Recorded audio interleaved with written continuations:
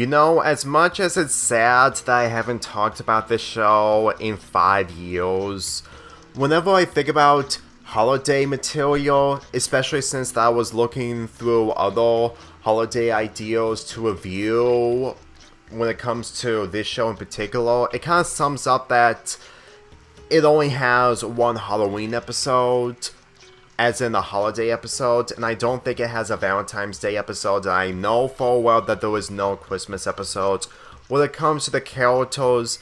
being developed as wizards, being actual wizards rather than being normal people in the city of New York. Wizards of Waverly Place Halloween's episode really gave me the impression that what it's been given is mainly the fact that if they try to do trick-or-treating or anything involving Halloween related other than creating the haunted house, it will make every single wizard out of character, except Alex, who actually enjoys Halloween. So in order to keep the place for the next year or so, they need to find some monsters in the wizard's world in order to perform at the haunted house. Unfortunately, Alex had this family meeting without her mother, and the only option to make the haunted house work is to find monsters that aren't too scary for kids to run away and feel, which for me personally is literally the only alternative in order to make things even. But then again, considering that they're in a difficult spot in order to make something really scary, since that the Russo family are incapable of making the haunted house scary on their own, I'm starting to see the type of direction and humor that this show is given, even though I don't enjoy it as much as other Disney sitcoms. I'm just saying that one of the reasons why it's difficult for me to find any enjoyment when it comes to the Wizards of Waverly Place characters is that the comedy itself is different, and the fact that the direction that has been taken, that they're taking when it comes to the wizard aspects and other stuff, it's supposed to be really important that captures the lore of the wizard family, which is the Russos. But when it comes to the ghosts themselves, it really feels a lot more lackluster and a lot more toned down, which I don't mean that on Alex trying to find less scarier ghosts or monsters, but I really feel like that with the direction that this episode took in the second half really sums up the nature that when they try to make a haunted house scary on their own, and they can't be able to resort that without the help of the ghosts that Alex found in the wizard world, which made me see what they're like when it comes to celebrating different holidays that aren't really important to them, despite the fact that they had to do what they could in order to keep their place. I'm gonna be really truthfully honest with you that when they try to do something interesting and I'm supposed to understand the direction, it kind of sums up why that I'm just not a fan of this show in comparison to other Disney sitcoms. Like, I'm not saying that this show is terrible. I mean, it's one of the most popular Disney Channel sitcoms back in the day for good reason. But then again, the biggest star in the show, Selena Gomez, didn't catch my interest in the same ways as Raven-Symoné or Miley Cyrus. Because even though that whole character, Alex, is supposed to be in character and there's no other way to make her character more better, it doesn't change the fact that it's difficult for me to root for her, mainly the fact that the material that's been given to her just doesn't feel as invested as the characters that I've seen in other Disney sitcoms. Even Dylan and Cole from The Sweet Life of Zack and Cody. Truthfully, I really wanted to be invested with Alex's character in this, but then again, after 5 years of not reviewing an episode from the show,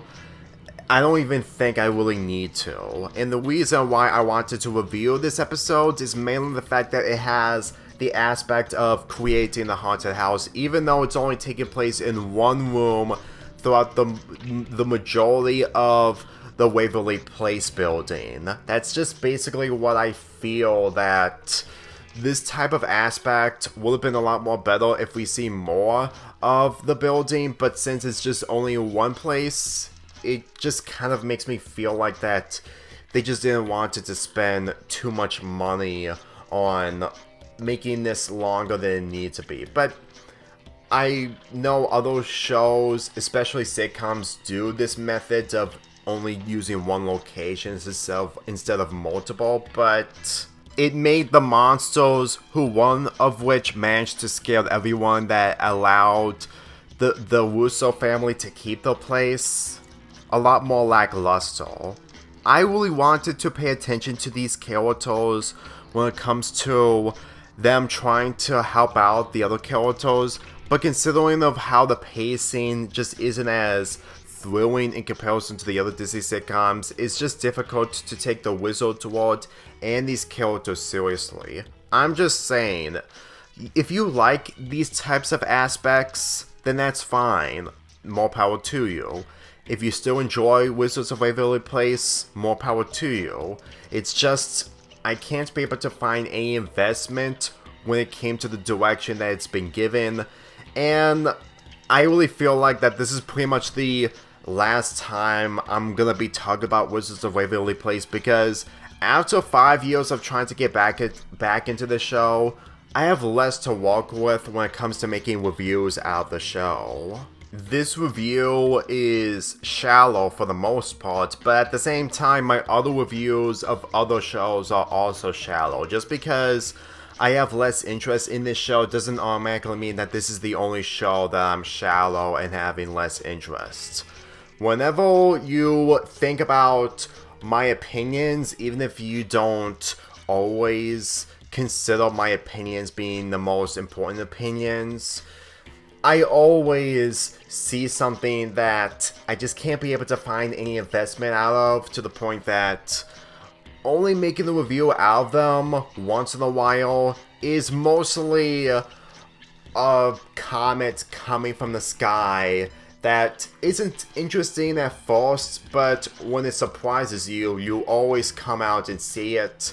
and mostly forget about it later on. Currently, no one is going to be making multiple reviews in a short period of time as I am, unless if they have so much free time. But if you were like me, you might understand where I'm coming from when it comes to making multiple reviews. When it comes to making a video that is going to be a miss, but a miss that isn't really a huge loss. Trust me, when I get to my Lonely Vibes video at the end of this month dedicating to the Halloween schedules, you'll understand why, even though you may not be interested in those types of videos. But